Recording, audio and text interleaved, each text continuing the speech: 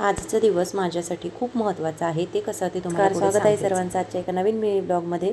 तर आज सकाळी सकाळी छान अशी देवपूजा माझी झाली होती आणि देवपूजेनंतर मी उंबरठा पूजन केलं आणि मग स्वयंपाकाला लागले. स्वयंपाकसुद्धा थोडाफार जास्तच करायचा होता आणि त्यासोबतच सकाळची कामंसुद्धा आवरायची होती. तर पटापट घर वगैरे झाडून घेतलं, त्यानंतर घर स्वच्छ पुसूनसुद्धा घेतलं आणि मग बाकीची कामं आवरून घेतली. त्यानंतर मग स्वयंपाक करायला घेतला. तर आज थोडा जास्त पोळ्या करायच्या होत्या आणि सगळ्यात स्वयंपाक थोडा थोडा जास्तच करायचा होता.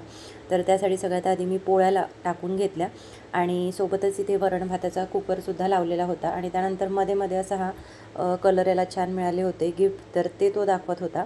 त्याला सगळे कलर दाखवायचे होते. त्याला खायला दिलं आणि तोपर्यंत मग मी बाकीची कामं आवरायला घेतली. तर बटाटे वगैरे सोलायचे होते ते मी सोलून घेतले आणि भाजीला छान फोडणी घातली. तर त्याच्यामध्ये मी जिरे मोहरी घातली, कोथिंबीर घातला आणि सगळ्या मसाले जे आहे ते त्याच्यामध्ये टाकून घेतले. त्यानंतर भाजीला छान फोडणी दिली आणि मग इकडे वरण भातसुद्धा झालेला होता. त्याचा कुकर मी खाली काढून घेतला आणि त्यानंतर टिफिनमध्ये मला वरण भात न्यायचा होता.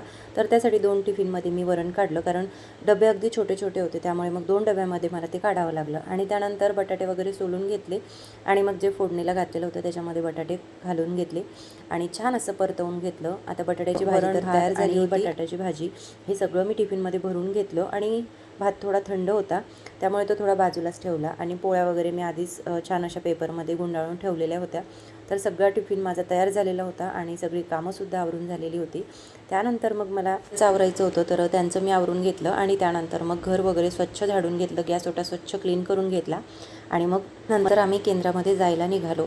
तर कारण आज दादा पुण्यतिथी होती आणि त्यानिमित्ताने आज महाप्रसाद होता केंद्रामध्ये, त्यामुळे मग सगळं पटापट आवरून आम्ही केंद्रामध्ये गेलो आणि प्रसाद होता तर तो सुद्धा आम्ही घेतला.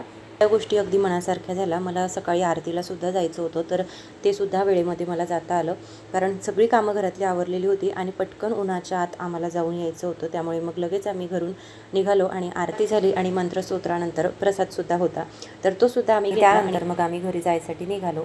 तर असं केंद्रामध्ये आठवड्यातून एकदा जरी गेलं ना तरी खूप छान आणि पॉझिटिव्ह एनर्जी येते. आणि घरी आल्यानंतर आम्हाला डेकोरेशन करायचं होतं. तर ते कारण आज माझ्या मुलीचा वाढदिवस आहे आणि आज खूप छान असा दिवस होता माझ्यासाठी. सकाळी आम्ही केंद्रामध्ये गेलो आणि स्वामींचं दर्शन घेतलं आणि त्यानंतर मग आम्ही घरी आल्यानंतर हे असं छोटंसं डेकोरेशन केलं आणि बलूनमध्ये हवा वगैरे भरायला लागलो. तर माझ्या मुलाला सुद्धा ते करायचं होतं आणि मध्ये मध्ये त्याने असा टेप वगैरे काढून ठेवला, काही बलून बाजूला फेकले, असं त्याचा सगळा पसारा जो आहे तो मांडून झालेला होता.